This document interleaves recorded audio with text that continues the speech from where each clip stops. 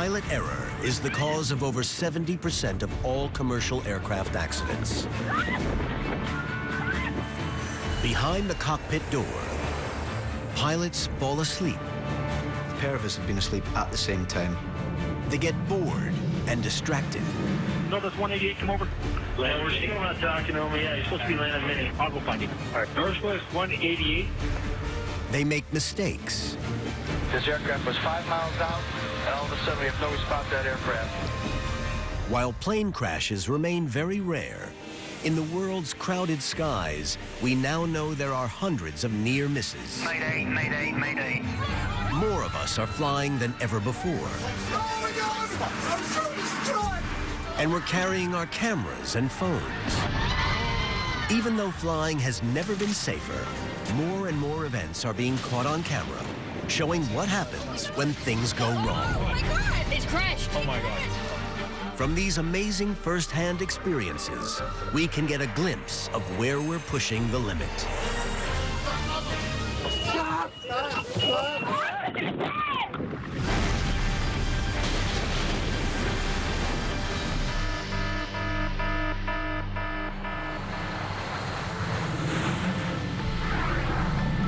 March 27th, 2012. A man on JetBlue Flight 191 from New York to Las Vegas flips out and tries to break into the cockpit. Several cameras capture the event from multiple angles.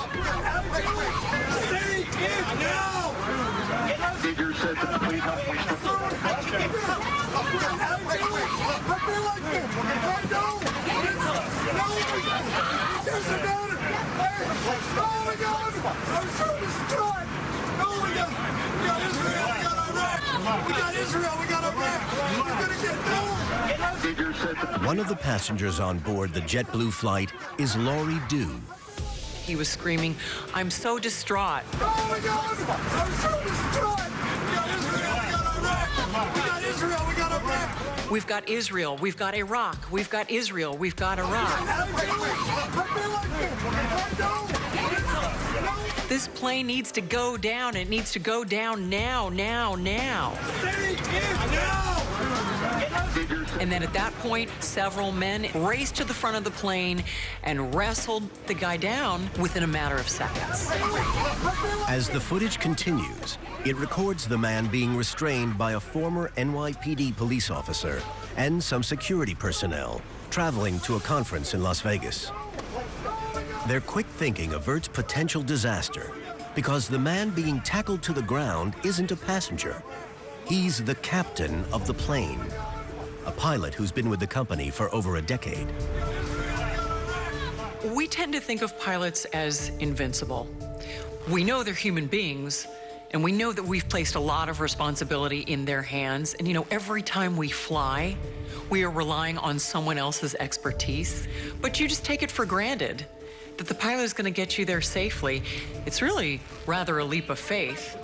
The co-pilot, sensing the captain acting strangely, had locked him out of the cockpit. After passengers subdue the captain, the co-pilot makes an emergency landing at Amarillo, Texas, where the captain receives medical treatment and is taken into police custody. 8 months later, the captain was cleared of all criminal charges after it was found he suffered from a brief psychotic disorder brought on by lack of sleep. However, the court did ban the captain from ever flying again or boarding any plane without judicial permission. This incident makes a simple but important point. We expect pilots to be superhumans who never make mistakes. That's just not realistic.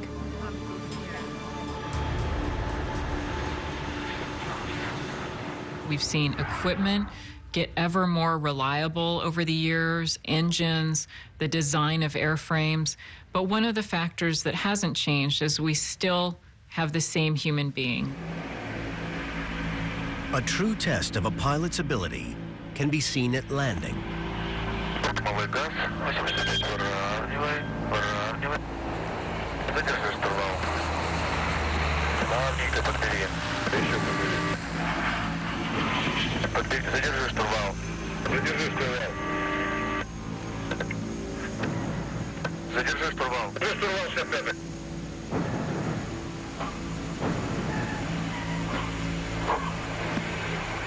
More than a third of all accidents happen in these last few seconds.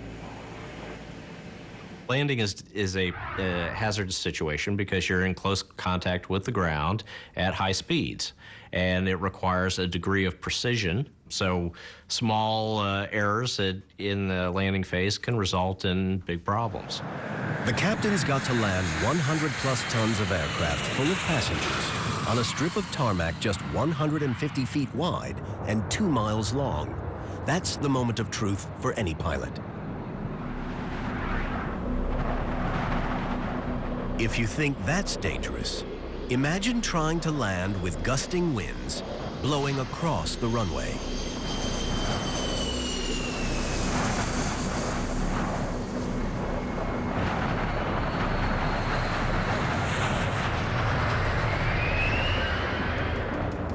In the wind tunnel, it's easy to see why pilots, given the choice, prefer to land facing into the wind. Right now, the model aircraft has its nose pointing directly to the wind. Perfect flying conditions for any pilot. Using this smoke machine, you can see the smooth airflow over the body of the plane and also over the control surfaces, which gives the pilot total command over the aircraft. This is vitally important during the riskiest parts of the flight, takeoff and landing.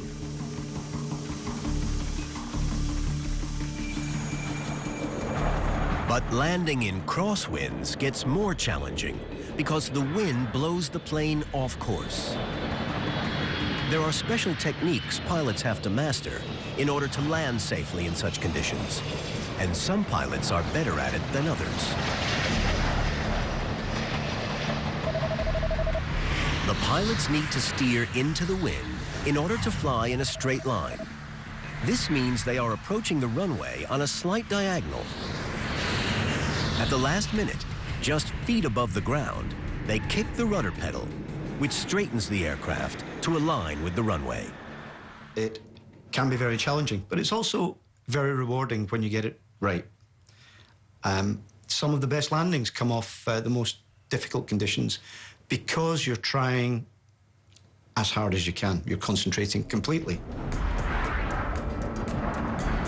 Birmingham, England. A gusting crosswind makes landing a pilot's nightmare. Just feet above the tarmac, the pilots of this flight abort the landing.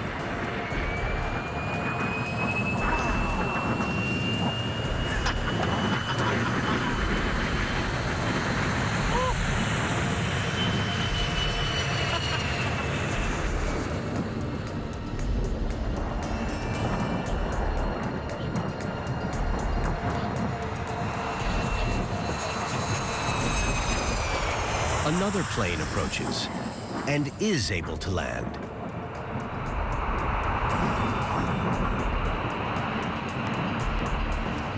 The first plane tries again.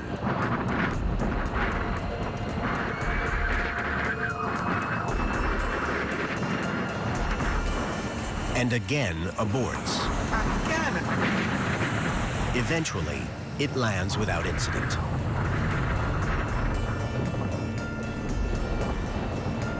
And while all this is going on, the pilots of a third plane also managed to land safely.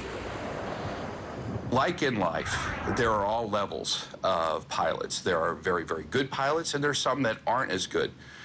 No pilots get in aircraft today that aren't skilled at some level. There is some minimum qualification standard, but there's still variability among pilots.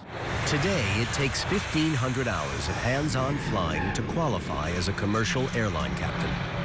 It sounds like a lot, but in practice, it's actually less than it used to be. Pilots now come on in the commercial service with fewer and fewer hours. It used to be you would come on with the airlines with 5,000 hours, but we also have found that pilots' actual hands-on flight skills are decreasing. If you don't have a lot of time in airframes, in aircraft, you're not going to be as skilled. Skill comes with time. The industry is confident that this is enough experience. After all, technology is supposed to be taking up the slack. The issue is that when things get tricky, like trying to land in a crosswind, there are things an experienced pilot can do that no autopilot or cockpit novice can. Hard-learned skills that can save lives. Some of that is due to where pilots are learning to fly. Up until the late 1980s, 90% of all pilots in the U.S. came from the military. Today, 90% come from training colleges. But can the civilian classroom ever hope to compare with practical military training? Yes, it was a bird strike. Can I get a... Nowhere is the benefit of that hands-on experience better demonstrated than in the skies above New York in 2009, when 2 pilots were called upon to land an airliner on the Hudson River. We're going to be in the Hudson. As it turned out, we had only 208 seconds from the time we hit the birds and lost thrust in the engines until we had landed in the river. I was a military fighter pilot, the pinnacle of tactical military aviation. It's a profession that requires great dedication, discipline, skill, teamwork. I was able to synthesize a lifetime of training and experience, take what I did know, adapt it, apply it in a new way to solve very quickly a problem I'd never seen or trained for. The Sully Sullenbergers of the world, the captain of the Miracle on the Hudson flight who landed a large jet on the water, they're a dying breed. We just don't have them anymore. And he was paired up with a co-pilot, and both of them had had that training in the military. What are the odds that you'd get that now? 0. So if the pilot's the problem, why not limit how much damage they can do? That's exactly what manufacturers have tried to achieve by building ever more sophisticated planes where computers do most of the flying.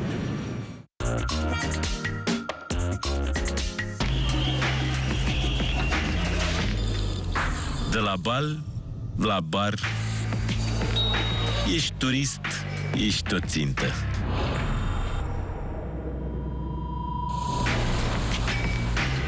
Connor Woodman revine sub acoperire și o să dea în fapt alte golănii care mai de care. Ungași, azi la 10 pe National Geographic Channel.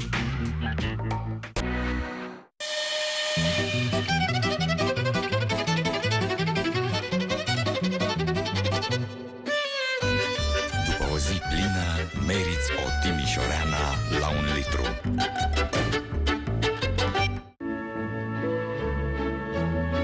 Ți-ai dorit să bei o bere Bucegi la fel de rece ca apa muntelui? Să poți lua cu tine oriunde prospețimea Bucegilor.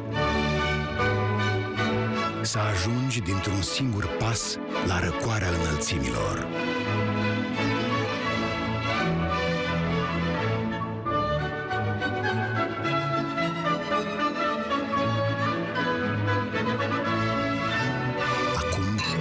Bucegi vine și la doză. Bucegi, inima Bucegilor. La Hervey Sports, reducerile continuă. Până la 70% la o mulțime de produse de sezon. De exemplu, încălțăminte iarnă pentru adulți Kilimanjaro Kansas la doar 141 de lei. Doar până pe 29 ianuarie. Hervey Sports. Cumpără și fii pe fază. Noua Bucovina te premiază. Introdu pe Facebook codul răzuibil găsit sub etichetă și poți câștiga sute de premii, mii de euro și marele premiu, un autoturism Hyundai. Îmi dau seama când bebelușul plânge de durere și aș vrea să iau Alin. Panadol Baby poate fi administrat încă de la 3 luni pentru a reduce febra și durerea copiilor. Panadol Baby, puterea de a purta de grijă.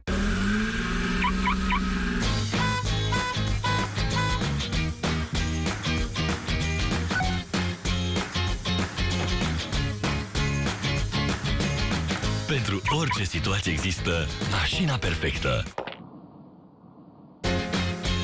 Pentru orice mașină există Autofit.ro, site-ul numărul 1 când vinzi sau cumperi o mașină. Autofit.ro, alegerea perfectă. Aspirin Plus C tratează durerea și febra, iar vitamina C întărește sistemul imunitar. Dacă durerea persistă, poți lua 2 tablete de Aspirin Plus C. Aspirin Plus C se ia la primele semne ale răcelii. Asta numesc ei pop art. Oh, zei, suntem pierduți. De ce? Nu văd nimic. Cerule, Face și espresso? Cine face? Și latte macchiato e o capodoperă. Să nu ne grăbim cu concluziile până nu îl încep. Stați la rând, prăfuiților, e al meu.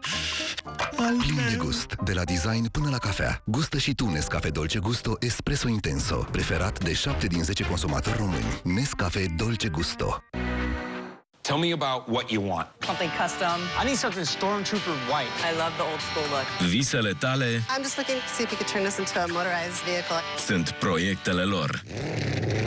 Oh my God. Opere de artă, piesă cu piesă. This is not going to be easy. O echipă cu imaginație și elan. N-ai să vezi fier mort să le stea în cale. Motociclist din naștere. În fiecare vineri la 9 pe National Geographic Channel. March 1st, 2008. Pilots of Lufthansa Flight 44 from Munich, with 132 passengers on board, attempt to land at Hamburg in a strong, gusting crosswind. The recommended limit for a crosswind landing in an A320 is 38 knots. While the reported steady wind speed is below this, winds are gusting up to 47 knots. The descent was a roller coaster. The plane was bouncing up and down, and it was bouncing side to side. No one around me said anything. There's no screaming, there's no shouting, there's no yelling, there's no crying. I don't think anyone could breathe. What none of the passengers know is that the captain of the plane isn't even flying. He's allowing his 24-year-old co-pilot, with only 579 hours under her belt, to attempt the landing.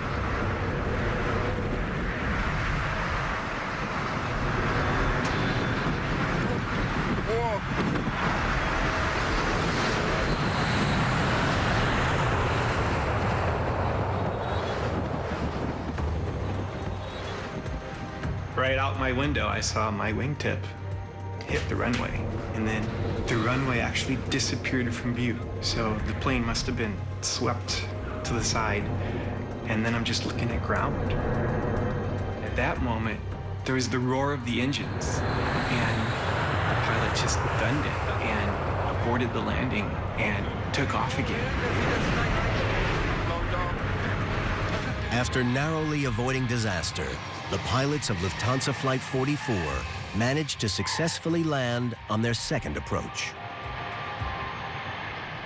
I can't describe how great the relief is when we landed successfully. And that's why everyone cheered, because you just have to. You just have to let go of all that fear and stress and tension is finally released completely. All of it. It's gone in one great moment. The accident looks like a classic case of an inexperienced pilot failing to pull off a crosswinds landing. But the report by the German Federal Bureau of Accident Investigation uncovers a surprise. In a simulator, an experienced Airbus pilot is going to reveal what really happened behind the cockpit door. At about 900 feet, the co-pilot took out the autopilot and started flying it manually to get used to the actual approach. So we got a wind at the moment of about 40 knots coming from the right-hand side, pitching around, rolling around with those gusts, coming down to the center line now, just starting to line ourselves up, power's coming off. Just like the real flight, everything suddenly goes wrong. I've got full right stick in, I can't control it, so I'm now putting the power on to get us going airborne again. Just as the pilots are about to land, they seem to lose control of the aircraft. To reveal more, Piers freezes the simulator at the critical point where things start to go wrong, when the left landing gear briefly touches the ground. The plane has a design feature that kicks in when any wheel touches the ground. It automatically cuts the pilot's roll control by 50%. This is supposed to help pilots by smoothing out any sudden movements in the crucial moments after touchdown. But the extreme weather exposes a drawback of this design. And they get this sudden gust of wind from the right-hand side. The right-hand wing is lifting up, so she now puts in full right-hand stick, But actually, because the landing gear is now on the ground, she's actually only got half the roll authority to actually straighten up the aeroplane. Without full roll control, the pilots can't stop the left wing from striking the tarmac. So the only option was the decision they made, which was a very good decision, to go around. So they put the power on, and then they pitched back, got themselves climbing away again. Their actions stopped the plane from crashing. So in the freak conditions at Hamburg that day, a feature designed to prevent pilot error actually contributed to a near miss. And what's worse, the loss of control in ground mode is a safety feature previously unknown to both pilots and to the Lufthansa training department. The investigation team found that the pilots were not to blame. The manufacturer justified the system design, arguing that the flight control technology dampens any sudden jerky movements made by pilots during the final phase of landing. The investigators recommended that the manufacturer update their flight manual to include details of the limited flight control after the wheels touch down. Plane manufacturers are always working to improve safety, and one way is through increased automation. But as cockpits become ever more high-tech and automated, the role of a pilot is changing.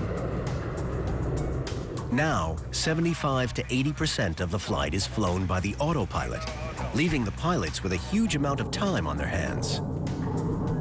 And that brings problems of its own. Descend. Thank you. Northwest 188, contact Minneapolis Center, 124.87. See ya. Northwest 188, contact Minneapolis Center, 124.87. Thank you. Northwest 188, ready to check. Northwest 188, come over.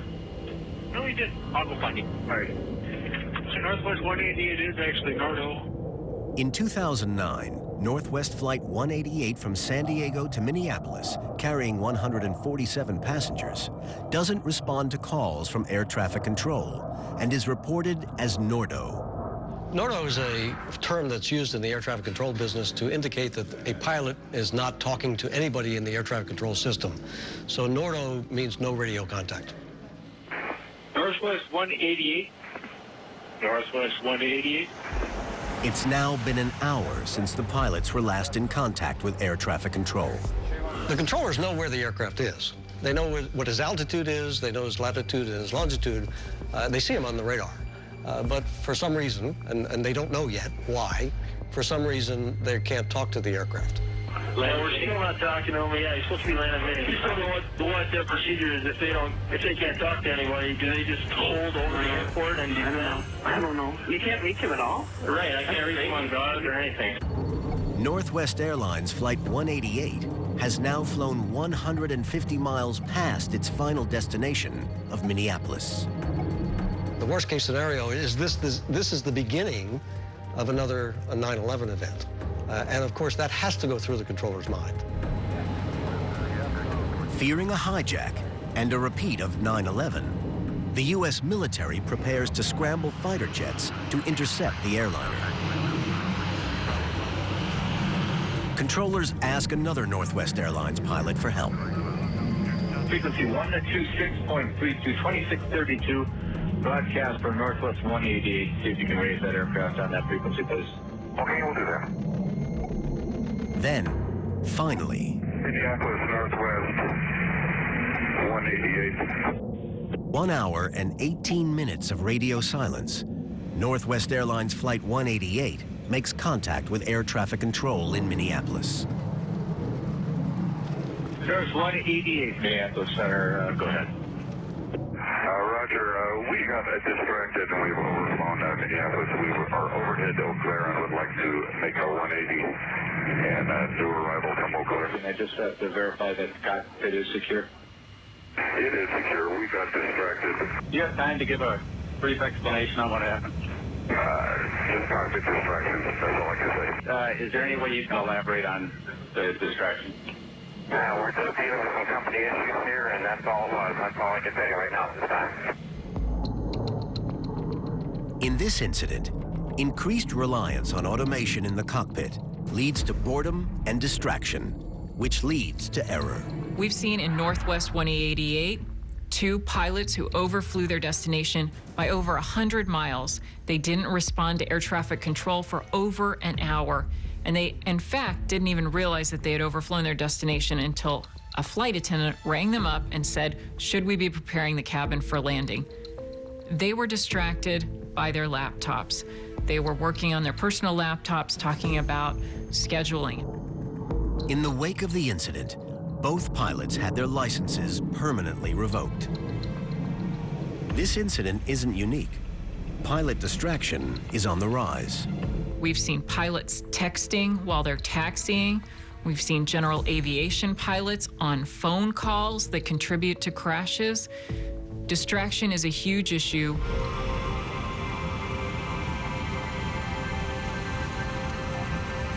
In 2011, a Southwest Airlines pilot over Houston has switched on his mic and doesn't even know it. Well, but I had Tucson, Indy, all 4 weeks. Chicago cruise. 11 out of 12. There's 12 flight attendants, individuals, never the same flight attendant twice. Now his private cockpit conversation is cluttering the airwaves with an upsetting homophobic and sexist rant. 11 over the top homosexuals and a granny. Broadcast live to air traffic control and every plane on the same frequency. 11. I mean, think of the odds of that. I thought I was in Chicago, which was party land. 6 months, I went to the bar 3 times. Once with the granny and I wish I had gone. Okay, Weber's transmitting, but watch what you're saying. Now I'm back in Houston, which is easily one of the ugliest bases. I mean, it's all these old dudes and grannies, and there's like maybe a handful of cute chicks. Okay, someone's got a stuck mic and telling us all about their endeavors. We don't need to hear that. That was not us. They wonder why airline pilots have a bad reputation. By showing that he didn't know what was happening with his controls, the pilot potentially endangered his flight. By hogging the radio with hate speech, he posed a threat to every plane in the sky. He was suspended by Southwest and forced to undergo diversity training. A lot of the design in aircraft today, and actually in industry in general, is done without regard for human input, human performance, and human limitations.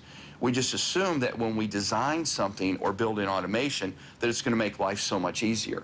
But in fact, that's not necessarily the case. Just how much is automation contributing to pilot boredom and distraction? We've done studies, for instance, where we've had pilots put in cockpits for long duration flights, and we've had them identify targets, basically other aircraft in the vicinity. And they'll fly for 3 or 4 hours, and then they'll count the number of aircraft they saw. And they'll come in and they'll tell you they found 7 or 8, when in fact there were 15. So something happened. They weren't sleeping, but they weren't paying attention. There's no question that boredom can lead to distraction or inattention. And ultimately that can lead to an error in the cockpit. And unfortunately, when errors occur, if you don't capture them, they can lead to catastrophe. One of the worst situations you can have is what we have now in long-range flying, where the automation's doing most of the flying and pilots are sitting there monitoring it and waiting for that one time and perhaps 10,000 times when it doesn't work the way it's supposed to. Getting pilots and computers to work well together is a delicate balancing act. Too much reliance on automation can lead to boredom and distraction. But that's not the only problem in this relationship. These days, we expect pilots to understand not only the plane, but the plane's brain, the autopilot. As these onboard computers get smarter, the pilot's workload actually increases at key moments in the flight. So with increased complexity, also comes the increased chance of things going wrong.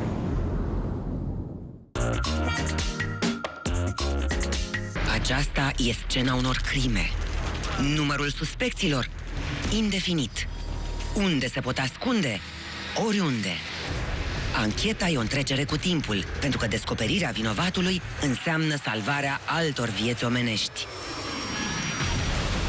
Misiunea continuă. Experții ne asigură că zborul devine tot mai sigur. Dezastre în aer. Serie nouă. În fiecare joi la 9 pe National Geographic Channel.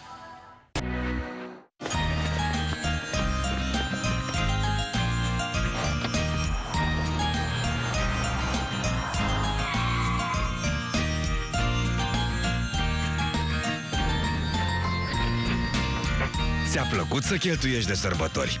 Dar sigur ți-au mai rămas 11,90 lei pentru un smart menu. Crispy strips, aripioare, cartofi prăjiți, sos de usturoi, răcoritoare. Tot ce mai bun de la KFC la preț de ianuarie și februarie. Congestie nazală te ajută Olint HA. Reduce rapid inflamarea mucoasei și ajută la restabilirea nivelului normal de hidratare pentru mult timp. Olint HA. Libertate pentru nas.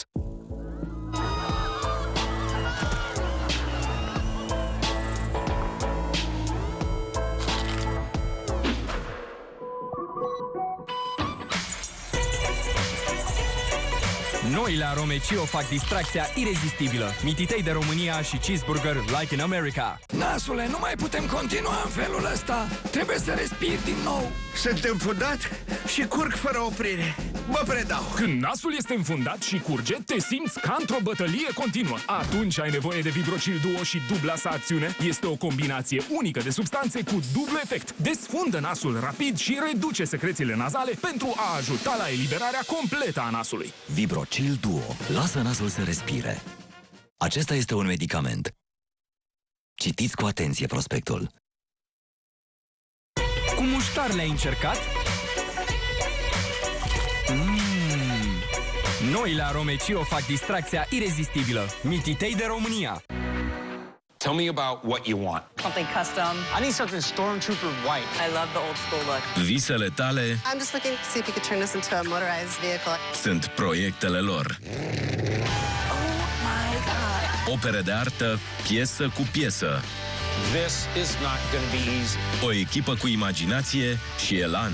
N-ai să vezi fier mort să le stea în cale. Motociclist din naștere. În fiecare vineri la 9 pe National Geographic Channel.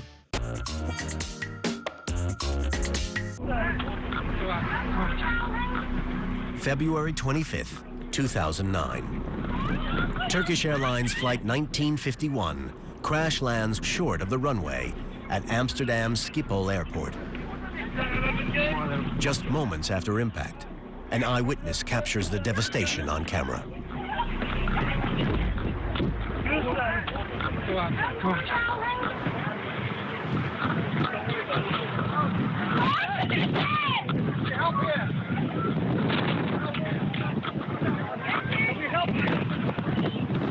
Of the 135 people on board, 9 are killed, including all 3 pilots.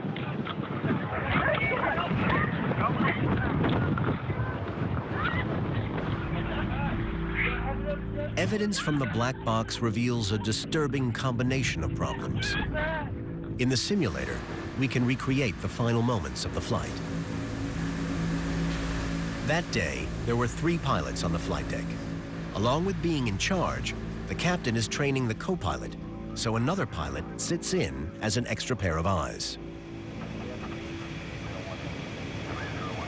This was not a normal approach from that point. The crew were working very hard. The weather wasn't entirely ideal. The captain hadn't yet completed the landing checklist. The co-pilot was under training. They need to speak to air traffic control. A lot going on. To make matters worse, throughout the flight, there's been a minor fault with one of the altimeters, which is giving incorrect height readings. This causes the autopilot to reduce the power, and the plane slows down.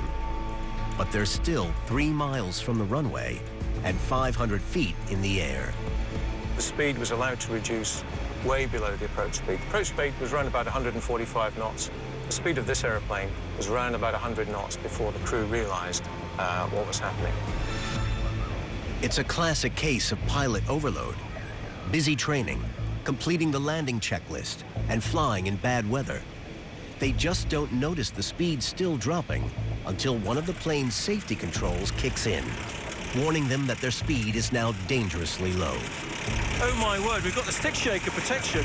Okay, the first officer moves the control column forward, pushes the thrust levers forward, they come back, then the captain takes control. It's too late. It's too late. The crash of Turkish Airlines Flight 1951 could easily have been avoided if just one of the 3 pilots on board had observed one crucial detail: the dropping airspeed.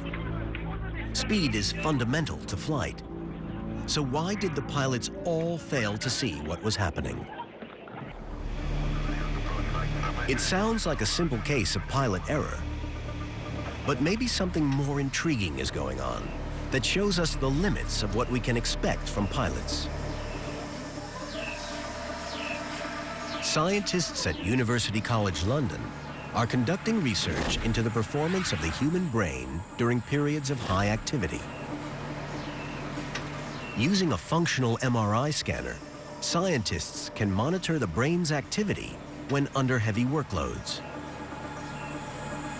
You're going to see words in the center and a moving field of dots surrounding the words. This volunteer has been told to identify just the 2-syllable words as they flash up on a screen in front of him. It's a task that requires a great deal of concentration. Surrounding the words is a field of moving dots that are irrelevant to his task, but vitally important to our experiment. Normally, when someone is looking at motion, the visual cortex is the part of the brain that follows the action. But when someone is given a demanding task, such as identifying 2-syllable words in the middle of the screen, another part of the brain takes control, effectively shutting out the visual cortex. As this happens, the subject essentially becomes blind to motion and stops noticing the moving dots. It is as if this part of the brain shuts down under overload. In extreme circumstances, the amount of data pilots have to assimilate and understand is so vast that they can forget even the simplest of things. In the case of Turkish Airlines Flight 1951, it was the airspeed. You know, I think the biggest issues facing pilots today are probably more things dealing with just the sheer amount of information we have to deal with. The automation sometimes can be overwhelming. As a result, the brain basically ignores things, but doesn't tell you that. That's where the problem lies, is that you only get part of the information, but the brain fills in the gaps with what you expect.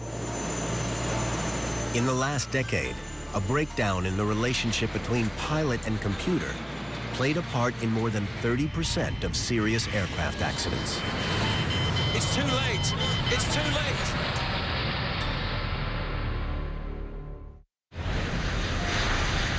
One could argue that unmanned aerial vehicles are ultimately safer, that we can fly totally automated now. Yet, I don't know any passenger that would board an aircraft, I wouldn't, that didn't have a pilot in the front. Would you? And now, there's another factor that causes flight crews to make mistakes. Pilots who were already potentially the weak link in the system are all too often getting into the cockpit tired. And fatigue can kill.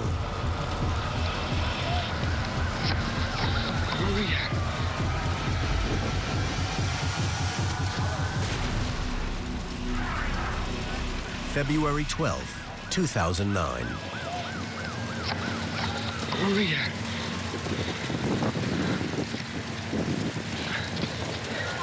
A teenager captures this footage on his cell phone just moments after a commuter flight crashes into a suburban house.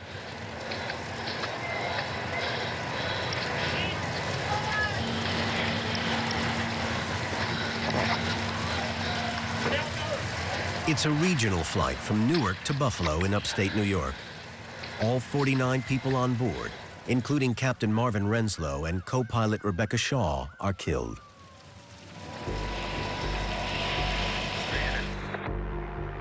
Evidence gathered from the black box helps investigators forensically reconstruct the final sequence of events that led to disaster. What they discover gives a shocking insight into pilot lifestyle. 3407, 3 miles from Clump, turn left, heading P60, maintain 2,300 till establish localized cutout, approach runway 23. The crew is, at this point, is beginning their final approach into the Buffalo area and waiting to align themselves with the runway on that approach. All right, approach is armed. Roger. Gear down. Luke's alive. 260, 2,300, established and cleared out. 23 approach, Colgan 3407. Colgan 3407, Cascade Tower 120.5. Have a good night. Gears down. Flaps 15, before landing checklist. As the pilots begin their final approach, the captain slows the speed of the aircraft in preparation for landing. Suddenly, the control column which the pilots use to steer starts vibrating, and the autopilot disconnects. This is a warning system designed to tell them that they are flying too slowly. The stick shaker is a stall warning. It buzzes the control column, not unlike a telephone on vibrate.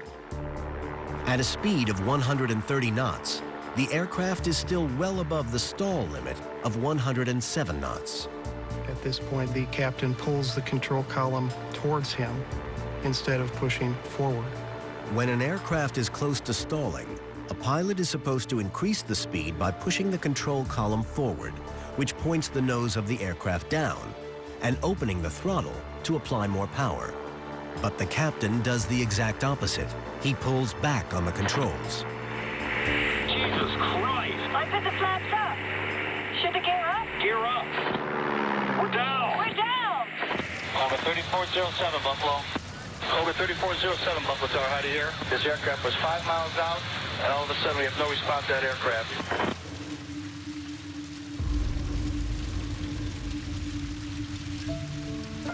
It's the biggest disaster to rock the American aviation industry in the last decade, but one that could easily have been avoided. What put the airplane into the stall was the captain's inappropriate response to the stick shaker. He was startled and he was surprised by the onset of the stick shaker. But how could Captain Marvin Renslow and co-pilot Rebecca Shaw make such a fundamental error? And in both pilots in this case, we found factors that they were likely fatigued at the time of the accident. Fatigue affects performance in a number of ways. It can slow reaction times. It can degrade decision-making. One of the challenges with fatigue is, like other forms of impairment, we are not good judges of our own level of impairment. To uncover why Captain Renslow and co-pilot Shaw were so tired, investigators from the National Transportation Safety Board studied both pilots' activities in the 72 hours leading up to the accident. They discover that both commuted long distances to work. Renslow traveled from Florida all the way up to New York and was already on his 3rd day of duty. Shaw had commuted from Seattle via Memphis the night before in a jump seat. That's a 3,000-mile trip one way. What's more, on the day of the accident, neither pilot slept in a hotel, but crashed out in the crew lounge at Newark Airport. This was strongly discouraged by the airline and hardly ideal preparation for a night flight. Everyone's flown on a red-eye and knows how miserable that experience is. Imagine having to work the next day and fly into the night and be the pilot in command after that type of experience. The lifestyle many American regional airline pilots lead could help explain the mistakes made by the Colgan Air pilots and reveal whether flying tired is now an unavoidable part of the job.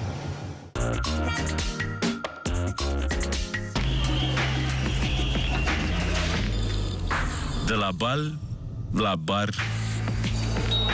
ești turist, ești o țintă.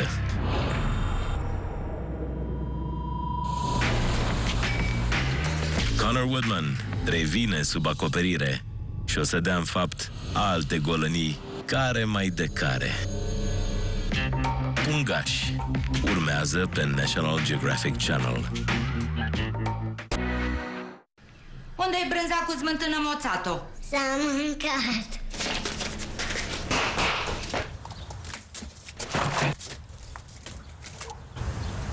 Brânză cu smântână ca a ta nu găsești la nimeni. Făgăraș de la Covalac de țară. Prea bun, prea ca la țară.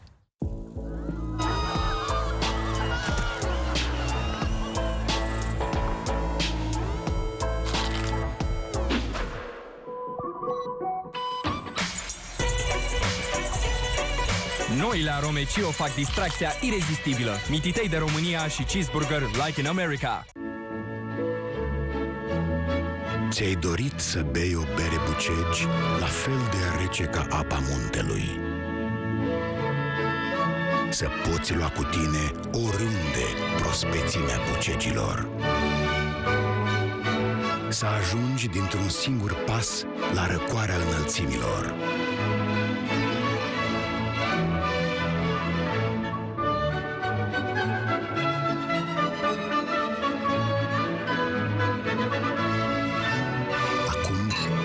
Bucegi vine și la doză.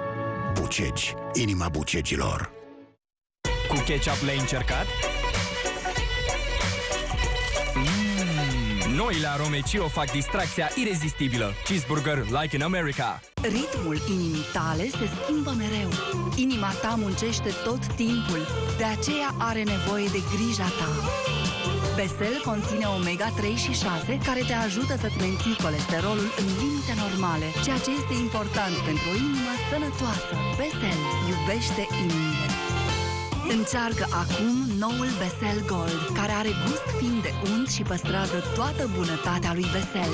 Noul Besel Gold, pe gustul inimii. Deodorantul care salvează milioane de haine. Nivea Men Invisible for Black and White. Protecție eficientă 48 de ore cu deodorantul numărul 1 împotriva petelor galbene. Invisible for Black and White. Nivea Men. Totul începe cu tine. Servieta, transferul bancar, biroul, marfa, clienții, conducerea, resurse umane, preluare de acțiuni, directorul, droguri SRL, o afacere de miliarde. În fiecare vineri la 10 pe National Geographic Channel.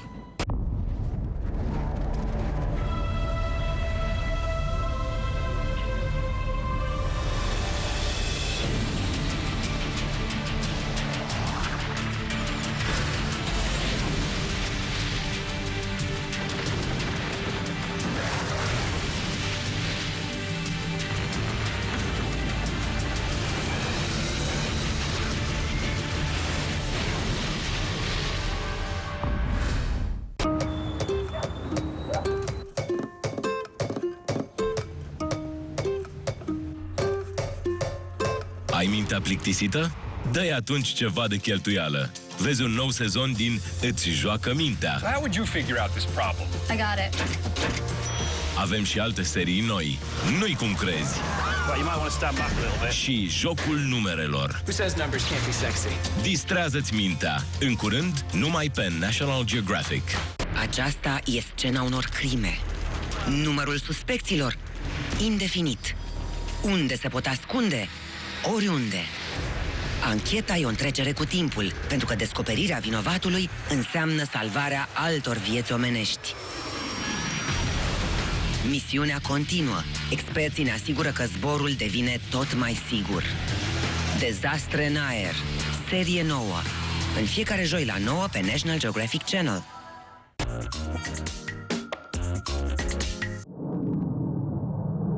Young pilots looking to build their hours often start at smaller regional airlines, where the pay is initially very low.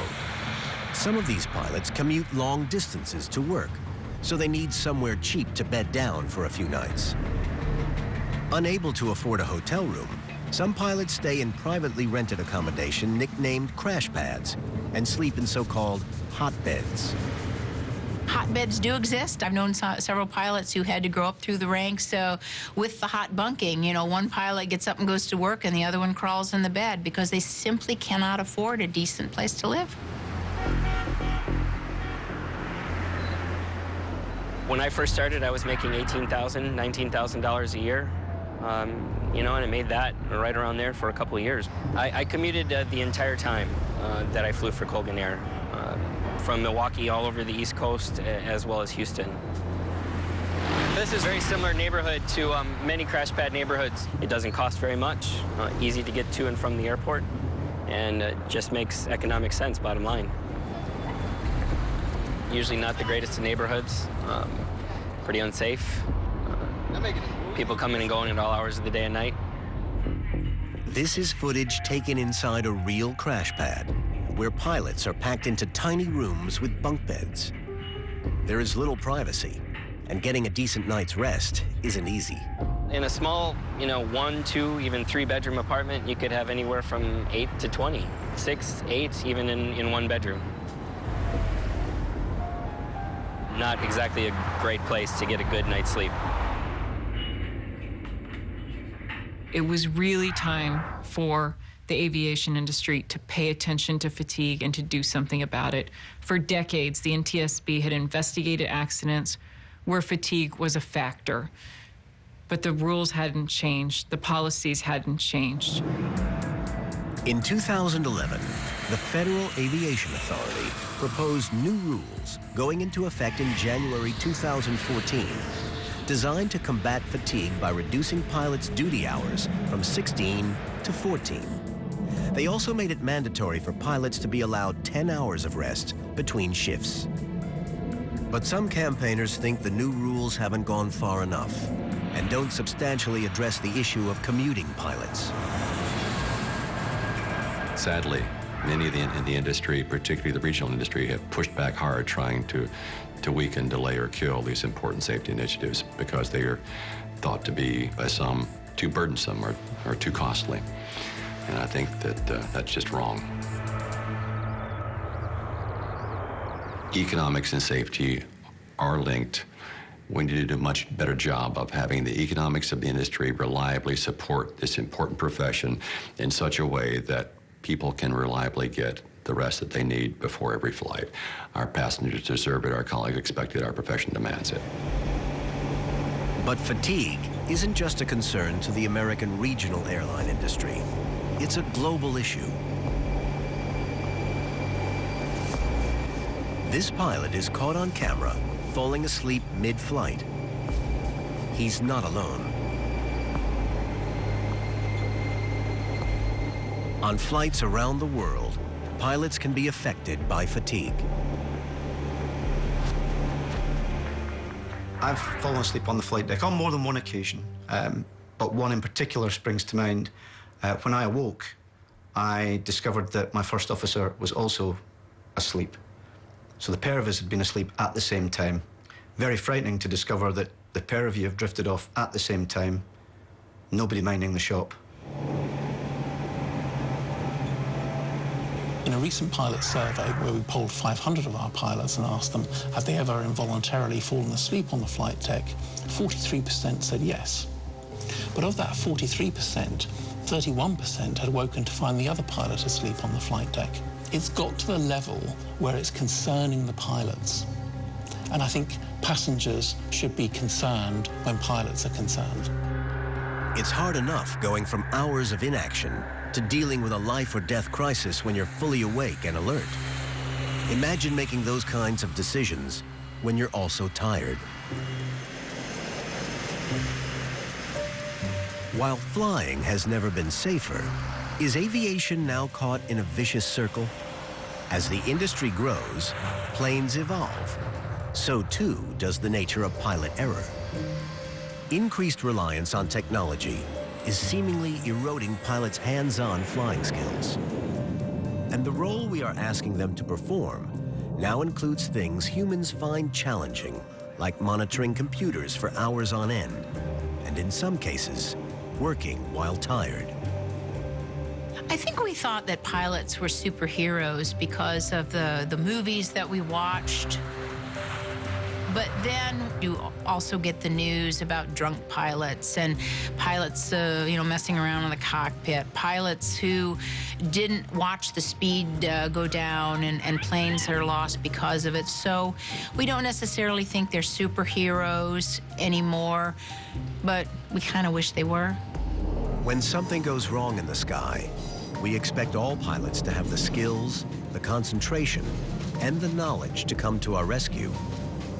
Most of the time, pilots save lives, but sometimes, even they can make mistakes.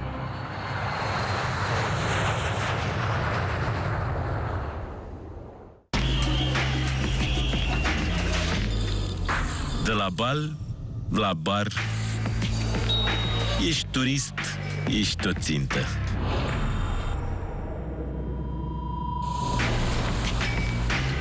Connor Woodman revine sub acoperire și o să dea în fapt alte golănii care mai de care.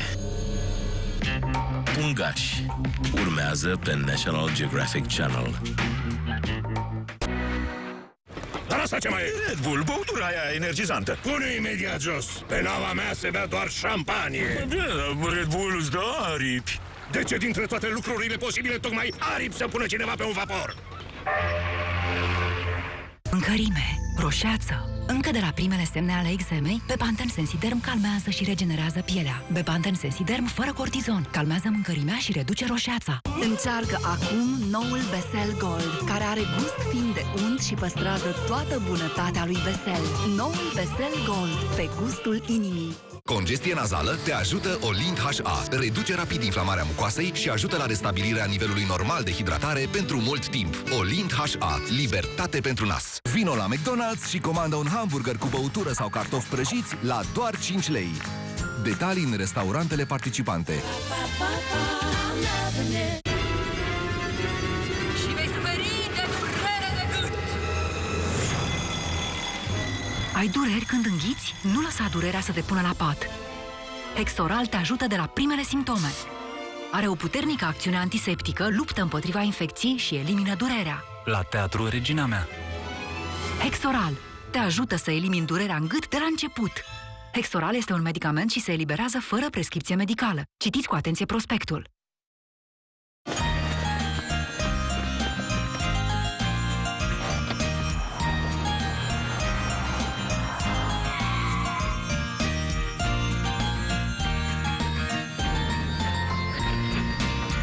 Ți-a plăcut să cheltuiești de sărbători? Dar sigur ți-au mai rămas 11,90 lei pentru un smart menu. Crispy strips, aripioare, cartofi prăjiți, sos de usturoi, răcoritoare. Tot ce mai bun de la KFC la preț de ianuarie și februarie. Aceasta e scena unor crime. Numărul suspecților indefinit. Unde se pot ascunde? Oriunde. Ancheta e o întrecere cu timpul, pentru că descoperirea vinovatului înseamnă salvarea altor vieți omenești. Misiunea continuă. Experții ne asigură că zborul devine tot mai sigur. Dezastre în aer. Serie nouă. În fiecare joi la 9 pe National Geographic Channel. Telefoanele mobile conțin aur în valoare de $1. Băieții noștri însă vor să facă milioane. Aurul e bun și la artrită. Băieții noștri suferă cumplit. We rolled the dice on this cut. Goana după aur e cu risc. Dar băieții noștri pun totul în joc. Leave rich or kill myself tribe. Aurul din Yukon. În fiecare joi la 10.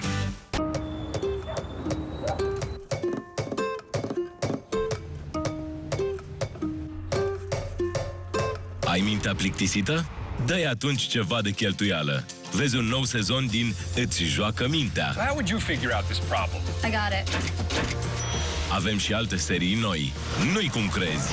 Well, you might want to stop back a little bit. Și jocul numerelor. Who says numbers can't be sexy? Distrează-ți mintea. În curând, numai pe National Geographic.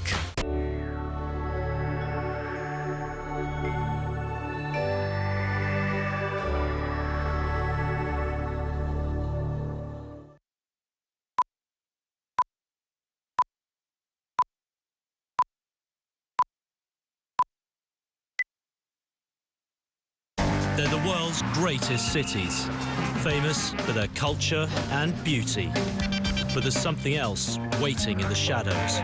The scammers, the hustlers, the thieves. And they're all looking for tourists to con. Stay against the wall. Russian roulette. Are you joking me? I'm Connor Woodman, and in Scam City, I set myself up as bait. This is like being kidnapped. A willing victim to be fleeced.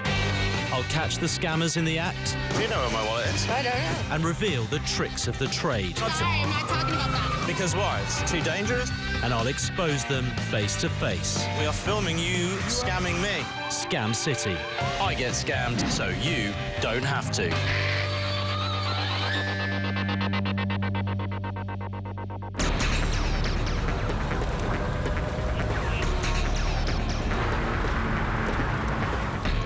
I'm in Mexico City on the hunt for scams, but I've stumbled onto something far more sinister.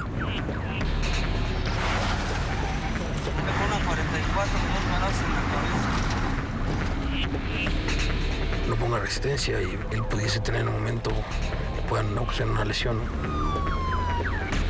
I'm on a one-way trip to Mexico City's infamous Kidnap Express. Something funny's going on there. Leave us now, let us out.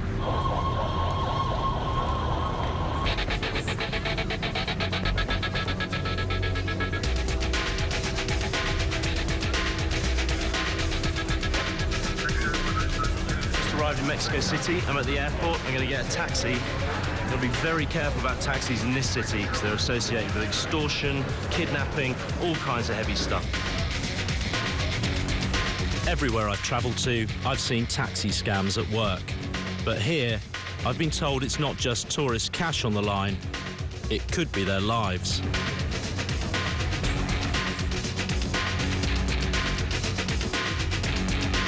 Time to go undercover and find out.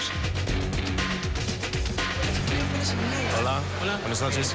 Buenas noches. I need a taxi for La Roma. Sí. ¿Cuál es el mío? 303 pesos.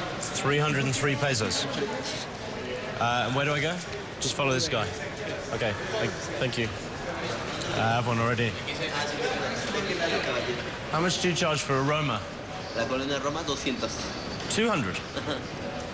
Oh, okay. The Roma? 205. 200. Oh, I paid 303. So I just paid 303. Those guys are only 200. So an extra 100 pesos. Hola. Buenas noches. Buenas noches. It's a bus. It's not what I was hoping for.